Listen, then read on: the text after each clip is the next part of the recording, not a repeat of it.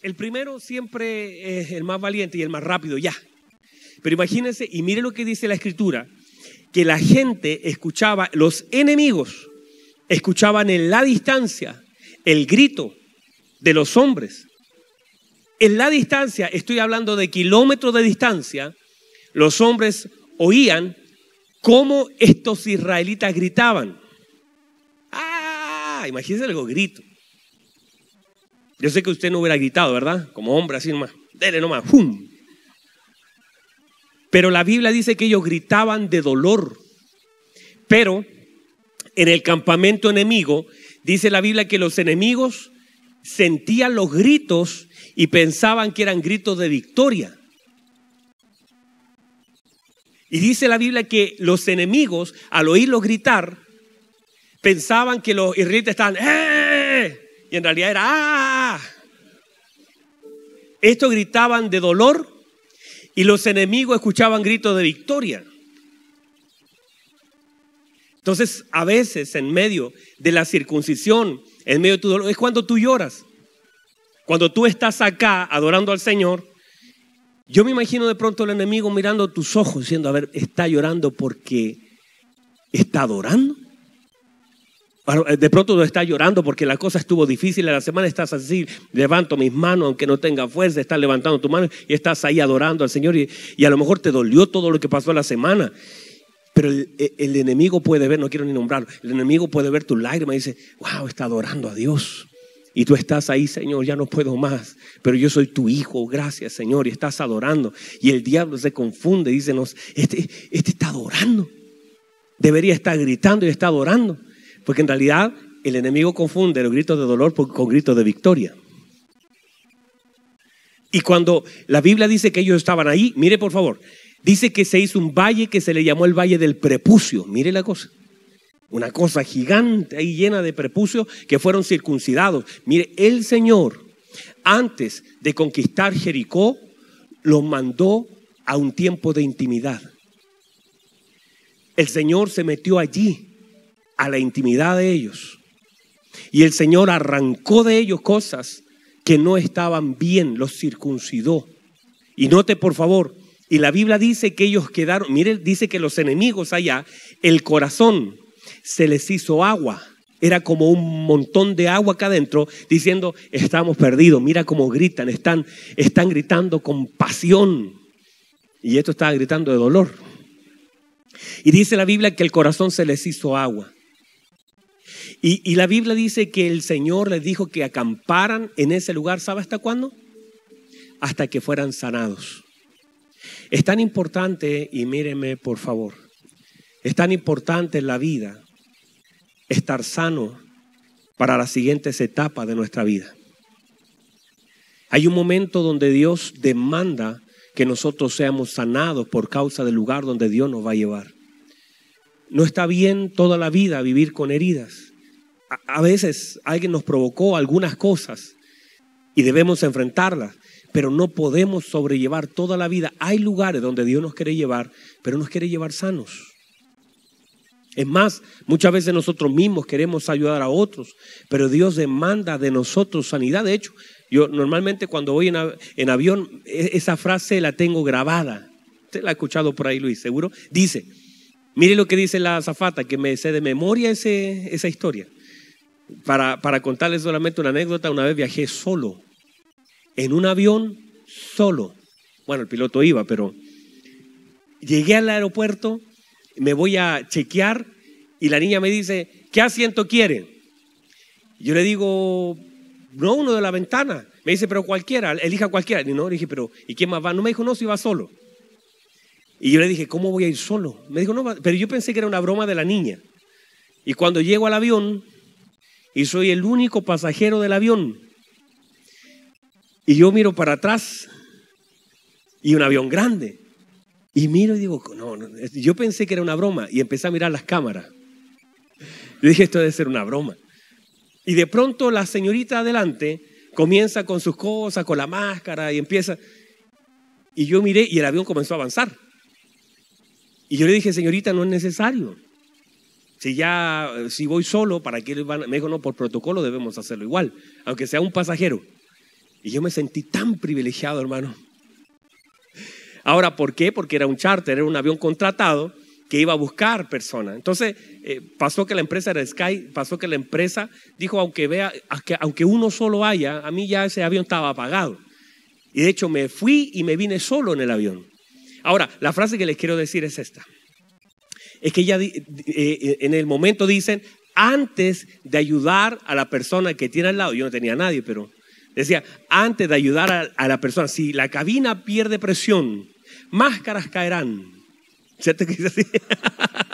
Máscaras caerán. Estire el elástico. Diciendo, bueno, y dice, y antes de asistir a otra persona, póngase su máscara. Y yo dije, eso sí es verdad. Porque muchas veces nosotros intentamos ayudar a otros, pero sí la máscara puesta. Y muchas veces estamos tratando de ayudar a otros y nosotros ya no tenemos oxígeno. Entonces el consejo es sabio. Si quiere ayudar a otros, primero póngase su máscara. Y a veces nosotros estamos llenos de heridas intentando, y eso no es que esté mal en algunos momentos de nuestra vida. Nosotros, a pesar de las cosas que vivimos, siempre nosotros no estamos condicionados, sino que asistimos a otra persona. Pero hay ciertos lugares donde Dios te dice, tú no puedes entrar con todos estos rollos no resueltos. Tienes que darte el trabajo y el tiempo de confrontar aquellas cosas que están mal. Tienes que llorar hasta que tus ojos se sequen. Tendrás que gritar, y Dios, miren, no le dijo a los israelitas, les voy a cortar el prepucio y no pueden gritar y no pueden llorar. No, el Señor les permitió gritar, el Señor les permitió llorar, el Señor les dio el espacio para que sanaran, y es tan sanador para nosotros el hecho de en un momento de nuestra vida llorar por aquellas cosas que perdimos. Muchas veces se nos castró el sentimiento, muchas veces nos digo, no tienes que llorar, no está bien, que confíe en el Señor, ¿para qué llorar? Y yo les digo, hermano, lloren, si tiene que llorar, llore las cosas que no estuvieron bien, suelte las cosas, bote sus lágrimas, deje que esos sentimientos de dolor salgan de usted. Eso hizo Ana. En un momento cuando las cosas estaban mal, la Biblia dice que lloró amargamente y botó toda su pena y soltó todo lo que había allí, pero luego la Biblia dice que secó sus lágrimas. Mire lo que dice, bendito sea el Señor. Dice la Biblia que después de que lloró amargamente, le pidió al Señor, habló con el Señor, le dijo, Señor, quiero un hijo, y si tú me lo das, yo lo dedico a ti. Y la Biblia dice que después de llorar, secó sus ojos. Y dice, y se levantó, y comió, y no estuvo más triste. Alguien tiene que hacer eso. Alguien tiene que llorar lo que tenga que llorar. Tendrás que gritar lo que tengas que gritar. Tendrás que lamentar lo que tengas que lamentar. Tendrás que reclamar lo que tengas. Pero ya deja a esa Ana en ese lugar y levántate. En el nombre del Señor, aliméntate, sigue tu camino, avanza, deja de estar donde estás. Hay cosas en nuestra vida que no podemos pasar por alto y no podemos ignorar. No podemos justificar las cosas que se hicieron mal. Hay cosas en nuestra vida que se hicieron mal y lo que tenemos que hacer es reconocerlo. No podemos decir, no, mi padre fue extraordinario cuando usted sabe que no fue así. Y a veces nosotros justificamos incluso las cosas malas que se hicieron con nosotros porque no tomamos conciencia de todo el daño que nos generó. Pero llega un momento donde ya, y por favor, de verdad, cuando les hablo esto es como decir, ya cerremos el capítulo. Estuvo mal, no le dieron todo lo que usted necesitaba, todo lo que usted merecía o todo lo que un papito debiese hacer por otro, y estuvo mal. Hay cosas que debiesen haber sido intervención directa de tus padres, muchas cosas, pero ya sé que, y ahora dedíquese a caminar, a avanzar. Si tiene que llorar esta noche, llega a su casa, llore, bote todo lo que esté mal, dígale al Señor, Señor, me dolió, me afectó, fue difícil, yo no sé qué hacer, no sé cómo enfrentar, pero luego de eso, siga avanzando. Mire lo que dice el Señor, se lo dice a su profeta.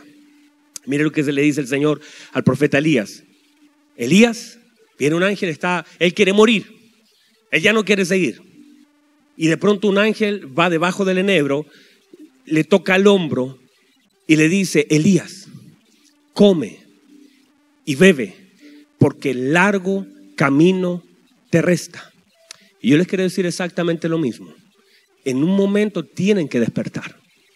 En un momento tienen que salir de ese sueñecito y tienen que alimentarse con la palabra de Dios y beber del Espíritu de Dios y entender que este camino no se ha terminado y sigan caminando, se lo digo en el nombre del Señor, porque largo camino aún les resta. Luis, largo camino, Susana, Luis, Susana, Cote, largo camino les resta. Esto no se cierra aquí.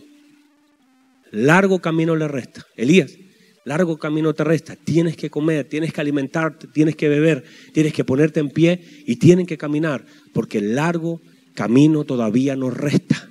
Y el Señor, mire lo que hace. Dice la Biblia que comió Elías y se volvió a dormir. ¿Y sabe lo que el Señor hizo? Lo esperó. Esperó esa siestecita del profeta y cuando despertó le dijo, vuelva a comer. Porque usted tiene que alimentarse de lo que Dios ha preparado para usted. Por causa de lo que viene hacia adelante, tenemos que alimentarnos. Coma lo que el Señor le ha dado. Nútrase de la palabra del Señor, porque el largo camino nos resta. ¿Puede recibir eso? Reciba eso en el nombre del Señor. Ahora, gasté mucho tiempo en la introducción. La música me motivó para eso, hermano. Gracias, Jorgito, por estar aquí. Mire, por favor, una de las cosas importantes es entender, voy a avanzar en lo que pueda, es que la paternidad es revelada en una forma progresiva. Hay muchas cosas, lo establecimos esta mañana en algunos de los mensajes que prediqué, que en el reino hay muchas cosas que son sucesos y muchas cosas que son procesos. Suceso pasa. Proceso es un tiempo necesario de Dios sobre nuestra vida en ciertas cosas que debemos y que no se pueden apresurar. Mire que ayer tenía unos invitados, le contaba a los hermanos de la mañana, al patito con la arroz, los tenía en mi casa y ayer tenían hambre. Llegaron del aeropuerto como a las 3, 4 de la tarde, sin almorzar a mi casa y yo estaba preparando una carne, hermano, pero una carne buena. Y ellos me decían, ¿le falta mucho? Y yo les decía, tranquilos. No me apresure la carne que me la echan a perder. Y no la saqué hasta que estuvo lista a las 8 de la noche. No. Al rato la saqué, pero no se podía acelerar el proceso porque si no se iba a echar a perder. Hay cosas que necesariamente deben estar donde tienen que estar por el tiempo señalado. La Biblia dice cuando se cumplió el tiempo señalado por Dios. Hay cosas que no se pueden violentar, no se pueden apresurar porque esas son. Entonces hay cosas en tu vida que van a ser un suceso, que Dios la va a hacer así, que Dios en un segundo puede cambiar todas las cosas, ¿verdad que sí?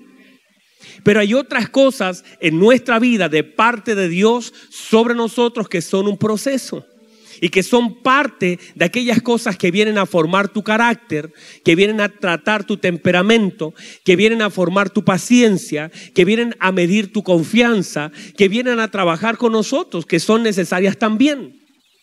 Y esos son procesos. Una de ellas es la revelación del Padre. Nadie tiene la revelación completa, ni del Hijo, ni del Espíritu Santo, ni del Padre. Es parte de una cosa de un proceso que estaremos toda la vida aprendiendo. No pretendo en un mensaje, ni tampoco en 100 mensajes, poder tratar de revelar todo lo que nos va a costar la vida entera. El Señor es demasiado profundo. Dios es demasiado profundo. Y hay cosas que cada uno en sus diferentes niveles vamos a ir descubriendo. Hay cosas que por supuesto para nosotros van a ser una etapa superada. En la medida que vamos conociendo al Señor, vamos a ir adquiriendo confianza. Vamos a ir aprendiendo a descansar en nuestro buen Dios. Me dice amén a eso. Entonces, el Padre en sí mismo es una revelación. Y el Señor Jesucristo nos dice que nadie puede ni siquiera venir al Padre si no es por Él. No se puede ni siquiera venir al Padre ni conocerlo si no es a través de nuestro Señor Jesucristo. Ahora, en esto, decir algo que es muy importante, que lo anoté acá, que muchas personas pueden recibir beneficio de la paternidad sin conocer al Padre. Hay personas que reciben beneficio de la paternidad, pero no necesariamente conocen al Padre. Así como, por ejemplo, hay personas que reciben una pensión alimenticia y nunca conocen a su padre. Hay personas que nunca han conocido a su padre y su padre les dejó una herencia, por ejemplo. No lo conocieron, reciben el beneficio, pero no tienen contacto con él. Hay personas que reciben un dinero todos los meses de un padre que no conocen. Hay personas que simplemente no tuvieron la oportunidad de conocer a su padre, pero recibieron algunos beneficios de él. Lo más importante no es recibir algún beneficio del padre, sino conocer al padre. Hay mucha gente detrás de lo que el padre le puede dar, pero sin interés de conocer al padre. Hay muchas personas que están detrás de lo que Dios le puede dar, pero no tienen interés de conocer a Dios. Hay muchas personas que están detrás de la provisión de Dios, pero no detrás de el Dios proveedor. Hay muchas personas que su único contacto con Dios es una necesidad. Una vez suplida esa necesidad, se cae todo el interés que ellos tienen en Dios. Hay personas que la búsqueda que ejercen de Dios es simplemente por las cosas que están viviendo. Una vez esas cosas son suplidas, se olvidan completamente del Señor. Hay personas que tienen una relación utilitaria con Dios, una relación basada en lo que puedo recibir, pero nunca estoy dispuesto a dar. Recuerdo Jorgito dijo una frase muy hermosa hace un tiempo atrás en una predicación. Él dijo: algunos tienen al Señor como su Salvador y lo reciben como Salvador, pero nunca lo han recibido como Señor de su vida. Quieren la salvación de su vida, quieren la salvación de su familia, quieren la salvación de sus finanzas, quieren la salvación de su matrimonio, quieren la salvación de su salud, pero no quieren al Señor. Ellos quieren ser salvados en algún área de su vida, pero no quieren el señorío de Cristo. Pégale un codazo al que está al lado, por favor, dígale: te están hablando. ¿Y qué sentido tiene? Mire, le voy a decir esto. Ya que hoy podemos tener una necesidad y que Dios por esa misericordia la pueda suplir, pero mañana tendremos otra. Hay personas que fueron sanadas, pero luego volvieron a morir. Lázaro fue resucitado, pero volvió a morir. La hija de Jairo fue resucitada, pero luego volvió a morir. El tema no es solamente, no podemos usar la provisión, el amor de Dios para un evento de nuestra vida. En la medida que nosotros conozcamos al Padre, tendremos la riqueza de la paternidad de Dios. No es solamente usar, y el problema es que mucha gente usó la bendición del Señor y quería, y muchas, mire lo que dice el Señor: esta generación malvada demanda señal. El tema es que la gente, y vemos en la Escritura muchas personas que lo que hicieron fue recibir el beneficio, pero nunca conocieron al Señor. Personas que de pronto, mire por favor, mire, hay un ciego que es ciego de nacimiento. ¿De dónde es? Ayúdeme, ¿de dónde era el ciego?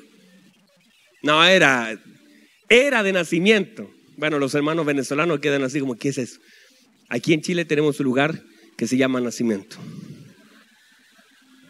Por eso digo, ¿de dónde era? Para sentir que era chileno. Mire, ese ciego, la Biblia dice que era un ciego de nacimiento. Póngame atención a esto. Pero, ¿están aquí todavía? Mire esto lo que dice la Escritura, que este ciego estaba pidiendo dinero. Los discípulos se acercan para decirle al Señor una pregunta que es extraña, pero le preguntaron al fin y al cabo y le dice: Señor, ¿quién pecó? ¿Pecó él? ¿O pecaron sus padres para que haya nacido ciego? El Señor le dice: están equivocados y hasta la pregunta es mala. ¿Cómo va a pecar este y van a ser ciegos? Pero le dice: no es que pecó él o pecaron sus padres, sino para que las obras de Dios sean manifiestas en él. Hay personas en la Escritura que llevaban mucho tiempo enfermas. Hay personas en la Escritura, por ejemplo, una mujer que llevaba 12 años con un flujo. ¿Se recuerdan? Ayúdenme, ¿se recuerdan? Hay personas, por ejemplo, como una mujer encorvada que llevaba 18 años. Yo pensaba el otro día en esa mujer, decía, el año pasado fue ese año 18. Ese año donde muchos estaban medio chuecos. Donde habían cosas que te conectaban con la tierra. Pero ese año 18 ya pasó. Y el año 19 para ella fue completamente diferente. Hay un hombre que llevaba 38 años al lado de un estanque. Mire que la Biblia relata ciertos tiempos, años de algunas personas, 12, 8, 18, 38. Pero este ciego no tiene registro de cuántos años tenía. Porque hay cosas que estuvieron por temporadas sobre nuestra vida y hay cosas que han gobernado nuestra vida. Y en el caso de este ciego, nació ciego. No había registro, porque en Israel habían 12 enfermedades muy comunes o 13 enfermedades muy comunes que usted la va a ver en toda la escritura. Número 1, problema a los ojos. Por causa del polvo, las infecciones, el tema de los ojos era común y normalmente la gente perdía la vista. Va a encontrar cientos de casos así. La lepra era también una enfermedad que era recurrente. Y lo otro, paralítico, porque había tantas infecciones y siempre había problema con los pies. Porque los caminos eran de piedra, le echaban sal, habían infecciones y todo ese problema, había 3 enfermedades. El tema es que no era tan común que un ciego fuera de nacimiento. Y cuando, mire la carga emocional para los papás. Porque se entendía que cuando un niño nacía con un problema, era el pecado de los padres, lo atribuían a los padres. Y usted sabe lo que, no sé si puede recibir esto, pero usted se puede imaginar, tengo el caso de una persona que conocí en una iglesia donde con mi papá estábamos, que ella estaba arreglando un mueble, la señora. Y cuando estaba arreglando el mueble, ella estaba con un atornillador. Y justo mientras estaba atornillando, su hijo se puso abajo. Y ella se puso por el lado, por ahí abajo, y ella, como estaba haciendo fuerza, pasó de largo y le enterró el atornillador en el ojo al hijo. Y él perdió el ojo por causa de eso. Partió corriendo. El niño ya está grande, debe tener unos 22, 23 años, pero le hablo cuando él tenía recién 7, 8 años. Ahora, la carga, todo el trabajo que significó para nosotros, no solamente el niño y toda su recuperación, sino la carga emocional para la mamá. No sé si usted puede medir lo que significa la carga emocional para un padre de tener que sentirse culpable por lo que ha sucedido. Eso es una carga muy fuerte. Yo no sé si usted alguna vez ha sentido culpa por causa de algo que ha hecho o ha dejado de hacer. Pero a mí me pasó, y lo conté hace un par de días atrás, de mi hijo cuando estaba en la piscina. Yo estaba lejos, fui a buscar una cosa, lo vi por allá, estaba todo bien y de pronto se da un salto, se pega en la boca, se quebra un diente, hace 2 años allá en Temuco, y yo me recriminaba todo el rato, ¿por qué no estuve allí? ¿Por qué tuve que salir a buscar algo? ¿Por qué no estaba ahí con él? Y todo un tema que no pasó a mayores, pero el dolor de lo que significa. Ay, hermanos, lo hablábamos recién, qué difícil es lidiar con la culpa, hermanos. Qué difícil es lidiar con la culpa. Reciéncito estábamos hablando con unos hermanos y qué difícil es lidiar con la culpa. Hermanos, es algo que el Señor debe tratar en nosotros. Porque la culpa es súper castradora, te define, te limita. Cuando sentimos culpa y a veces de verdad, si somos responsables de algo. Por eso bendigo al Señor del pasaje 6 de Isaías. Capítulo 6 de Isaías, cuando Isaías llega al cielo y él está lleno de culpa y el Señor le dice, ahora yo voy a quitar tu culpa y también voy a limpiar tu pecado. Pero antes de limpiar su pecado, le quitó la culpa. Porque él estaba en un lugar tan hermoso y él no lo podía disfrutar a causa de la culpa. Y a veces Dios nos tiene en ciertos momentos importantes de nuestra vida, pero la culpa es tan castradora que no nos permite disfrutar en el lugar donde Dios nos tiene o las cosas que estamos viviendo. La culpa es algo fuerte. Ahora, por supuesto, uno debe sentirse responsable. Y digo, para esos padres que tenían a su hijo ciego de nacimiento y que toda la sociedad los estaba apuntando, diciendo, ustedes pecaron y a causa de su pecado su hijo nació ciego. Y ver crecer a tu hijo ciego y ver a tu hijo a los 30, 40 años estirando la mano para recibir, y la Biblia dice que era un mendigo, que lo único que pudo optar era pedir dinero porque él no tenía opciones de trabajar. Y ahí estaba él pidiendo dinero, y mire, cuando llegan los discípulos y hacen la pregunta, ¿quién pecó? ¿Este o sus padres? Y el Señor cuando dice, no pecó ni él. Y cuando él dice, no pecaron sus padres, usted sabe cuántas toneladas de culpa fueron quitadas de los padres, de decir, no fuimos nosotros. El sentir que por tu responsabilidad y culpa tu hijo está así, y toda la sociedad te cargó y te achacó esa responsabilidad de tu hijo. Y de pronto, por eso uno de los milagros hermosos del Señor no solamente fue devolverle la vista, sino darle una verdad. Darle una verdad. La Biblia dice, y conoceréis la verdad, y la verdad os hará libres. Mire qué poderoso. Una cosa es que ese muchacho fue sanado, pero otra cosa es que sus padres fueron liberados de culpa.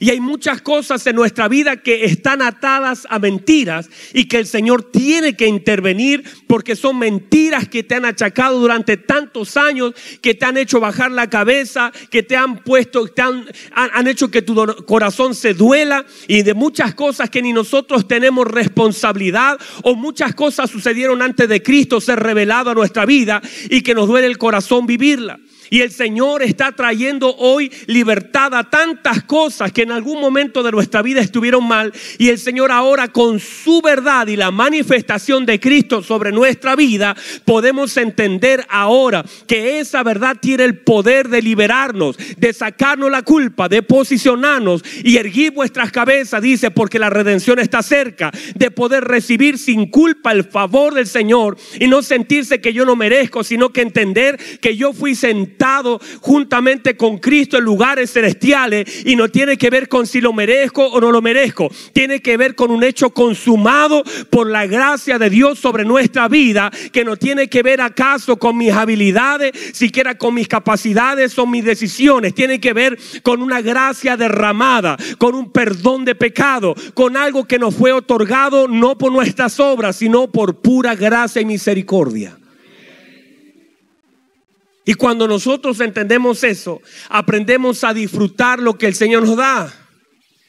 Mucha gente ni siquiera tiene esa capacidad de disfrutar. No disfruta de las cosas grandes porque se siente inmerecedor. No disfruta de las cosas pequeñas. No tiene esa capacidad de ver al Señor en las cosas grandes y pequeñas. Está siempre con un corazón medio crítico, medio pensando que esto dura poco. Hay personas que están tan dañadas en su corazón que cuando vienen ciertos momentos de felicidad o vienen ciertas estaciones donde las cosas van bien, dice, yo no sé en qué momento esto va a cambiar. Tiene una cosa buena, pero está esperando la mala.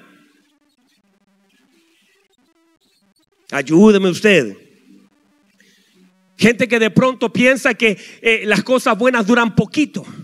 Y ponen cara de sospecha cuando están siendo un poquito feliz, porque dice, esto no es normal, esto como que en cualquier momento esto no es real, porque están tan acostumbrados al dolor, a la miseria, a lo poco, al desamor, a la traición, que piensan que las cosas buenas duran poco. Pero es al revés. Le voy a decir esto, queridos hermanos, la Biblia dice que el llanto solamente dura una noche, pero por la mañana viene la alegría, que la ira del Señor dura un momento, pero su favor dura toda la vida.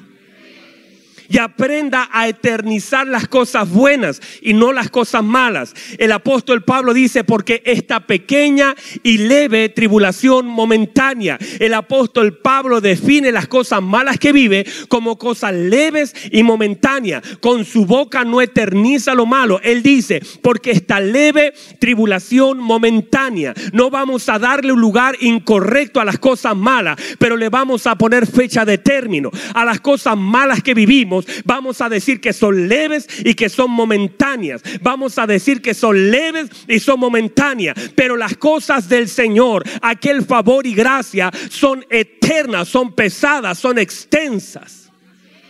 Aprenda a disfrutar de las cosas buenas del Señor y a eternizar lo bueno y no lo malo.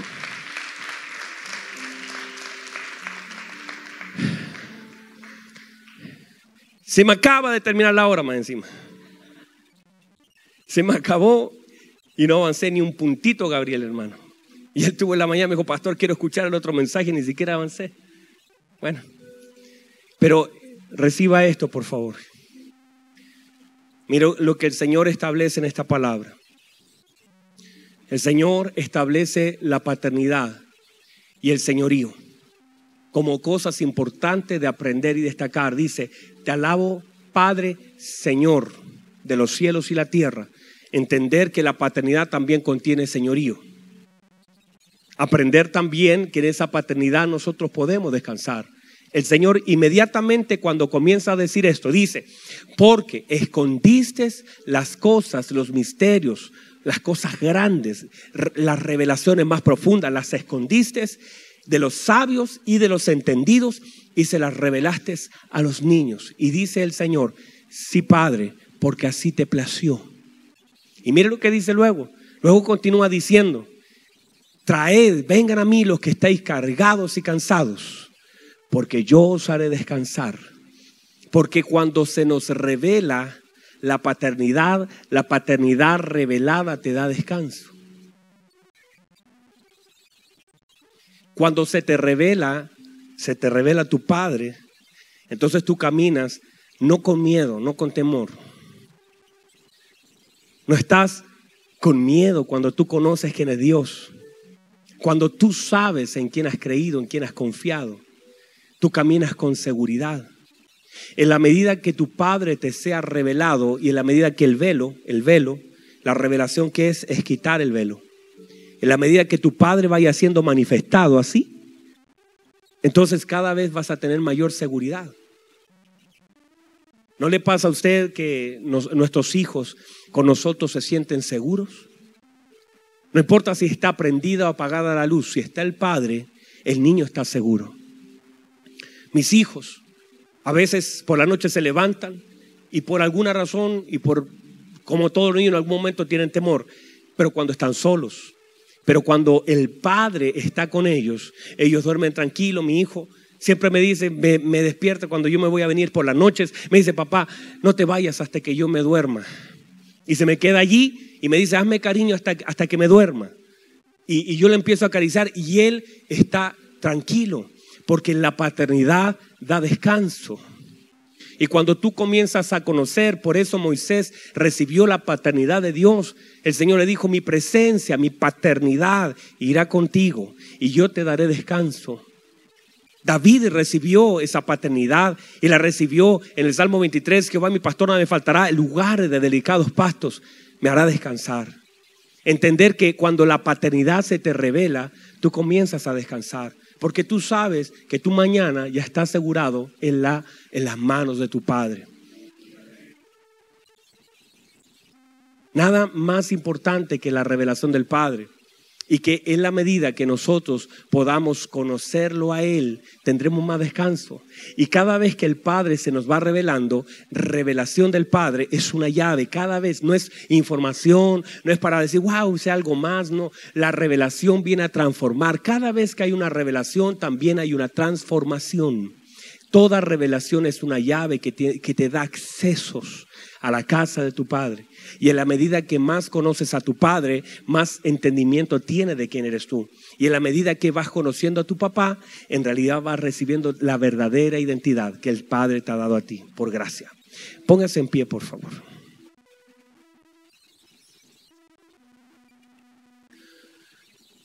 Y yo sé que muchos de los que estamos acá, a veces vivimos en ciertas inseguridades. Ya somos grandes. Pero aunque la inseguridad no es si está prendida o apagada la luz, tiene que ver igual con el escenario de la vida. Examina a qué cosa le tienes miedo.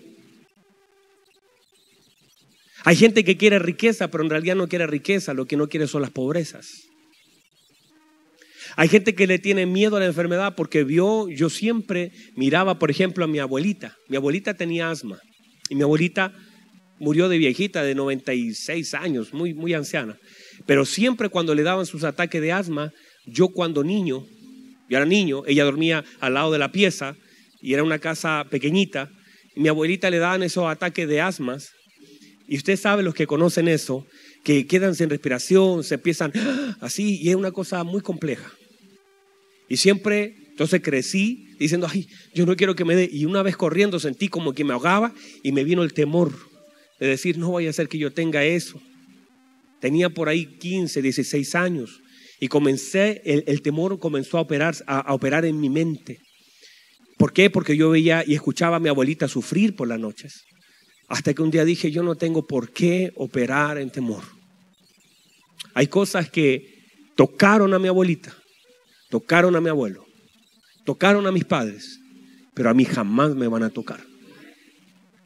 Hay cosas que operaron en otras personas, pero en mí ni en mis hijos van a tocar. La palabra dice, caerán 1000 y 10,000 a mi diestra, mas a mí no van a llegar. Examinemos las cosas que nos generan temor, porque ese temor es parte de una esclavitud. Y la Biblia dice que Dios no nos ha dado espíritu de temor, de esclavitud para estar otra vez en temor. ¿Qué cosas son aquellas que le temes? Tal vez tú, ya adulto, no le tienes miedo a la oscuridad, pero sí tal vez al fracaso, porque fracasaste tantas veces. Viste fracasar a tu familia, a tus padres, los matrimonios, en tu paternidad, como esposo. Quizás hay miedos que están gobernando, quizás no en la oscuridad, quizás son otros temores. Temor a perder el trabajo, temor a algunos quizás extranjeros que no den la visa, temor a lo que le pasa a tu familia allá en Venezuela, temor a perder lo que tienes y has ganado, temor a la pobreza, temor a la miseria, temor a salir por la noche. ¿Cuáles son los temores que están gobernando tu vida? Temor a quedarte solo, temor a que a tus hijos les pase algo, temor. Todos esos temores tienen raíz en la falta de paternidad, porque cuando el Señor se va revelando a nuestra vida, cuando el Señor se revela a nuestra vida, tú comienzas a ver y sabes que el Señor tiene a tu familia allá en Venezuela, y el mismo Dios que te cuida a ti aquí, cuida a tu familia allá. Y cuando Él se te revela, Él dice, mi mano está a tu favor. Y cuando tú tienes temor a perder el trabajo, y a veces haces todo y tienes tanto temor y dices, voy a darme mejor esfuerzo. Y no es que no des tu mejor esfuerzo, tienes que darlo. Pero tienes temor a perder tu trabajo y no poder pagar luego el arriendo, la hipoteca, tantas cosas, y estás endeudado y dices, si lo pierdo, y le tienes temor sin saber que tu Señor es tu proveedor. Y cuando tú entiendes que tu Padre es proveedor, y no es que tú ahora vas a tirarte así hacia atrás sin hacer nada, no, pero descansas en la provisión de tu Padre. Cuando tú dices, es que vi a alguien morir de esa enfermedad y yo no quiero, le tengo temor al cáncer. Hay personas que no se hacen chequeos médicos solo por temor, pero sin saber que en realidad no es eso lo que debemos hacer, sino lo que debemos hacer es confiar que sí, fuera descubierto algo, poderoso es el Señor, y que yo viviré hasta el último día señalado por Dios, y que no hay cáncer, no hay sida, no hay ninguna enfermedad que pueda arrebatar la vida que el Señor me ha dado, y que yo viviré hasta el día señalado por la eternidad de Dios. Yo no voy a violentar, nadie puede arrebatar lo que está, y la Biblia establece que nosotros fuimos escondidos en Cristo. Y si usted está escondido en Cristo, la pregunta, ¿quién le puede encontrar? Habiendo tanto espacio en Cristo, ¿quién le puede encontrar si Cristo lo ha escondido? Y lo que está en la mano del Señor nadie lo puede arrebatar. Todo temor está fundamentado en la falta de paternidad. Tengo miedo que esto suceda, y es falta de paternidad, porque la paternidad te da seguridad, camina sabiendo que Él está contigo. No importa, el salmista lo dice: aunque ande en valle de sombra, aunque ande en valle de muerte, yo no temeré mal alguno. Da lo mismo si es un valle de muerte, un valle de cáncer, un valle de escasez, un valle de soledad, un valle de problemas. Da exactamente lo mismo, porque Él define esto: tú estarás conmigo, aunque ande en valle, tú estarás conmigo. Por eso no temeré, porque cuando la paternidad se te revela, tú comienzas a perder los temores. Los temores no tienen fundamento en la paternidad de Dios, porque tú comienzas a caminar con seguridad. Tú comienzas a decir: no importa el valle que esté atravesando, yo no temeré, porque mi Padre camina conmigo. Y si tu Padre camina contigo, el asunto está resuelto. No importa los valles que tengas que atravesar, Dios está contigo. Reciba eso, por favor. Cierra sus ojos. Ora al Señor. Vuelvo a preguntarte: ¿cuáles son tus temores? ¿En qué están fundamentados esos temores? Tengo temor en mis hijos. Tus hijos están en las manos de tu Padre. Tengo temor a perder el trabajo. Tu trabajo te lo dio tu Padre, y ese trabajo que te dio te puede dar otro mejor. Tengo temor a tener cáncer como lo tuvo mi tía, mi mamá. Tu Padre también es sanador, que no se te vaya a olvidar. Tengo miedo a la gente temor a la gente que está en otro lugar, mi familia. Tu familia está en las manos de Dios. Tu Padre, tu buen Padre, tiene cuidado de ellos también. Padre, quiero darte gracias. Echamos hoy nuestras cargas. Tu palabra enseña que en la medida que la revelación del Padre se va manifestando, podemos echar nuestras cargas. Y hoy, Señor, tomamos esas cargas de temor, esas cargas de dolor, esas cargas que nos afectaron, y las depositamos a tus pies, Señor. Señor, quiero darte gracias por tu palabra. Señor, quiero darte gracias por este momento. Quizás delante de mí hay personas que ahora mismo están llenas de temor.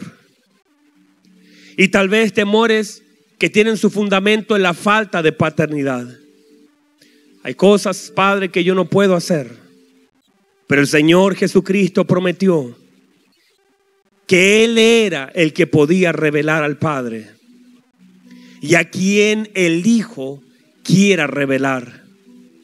Padre, y pedimos en el nombre de nuestro Señor Jesucristo que podamos recibir parte de lo que eres tú, ese perfecto amor que echa fuera todo temor, esa gracia hermosa que necesitamos para enfrentar lo que vivimos. Hoy, delante de tu presencia, sacamos todo temor de nuestra vida. Renunciamos a ese espíritu de esclavitud. Tenemos el espíritu de adopción que clama: Abba, Padre.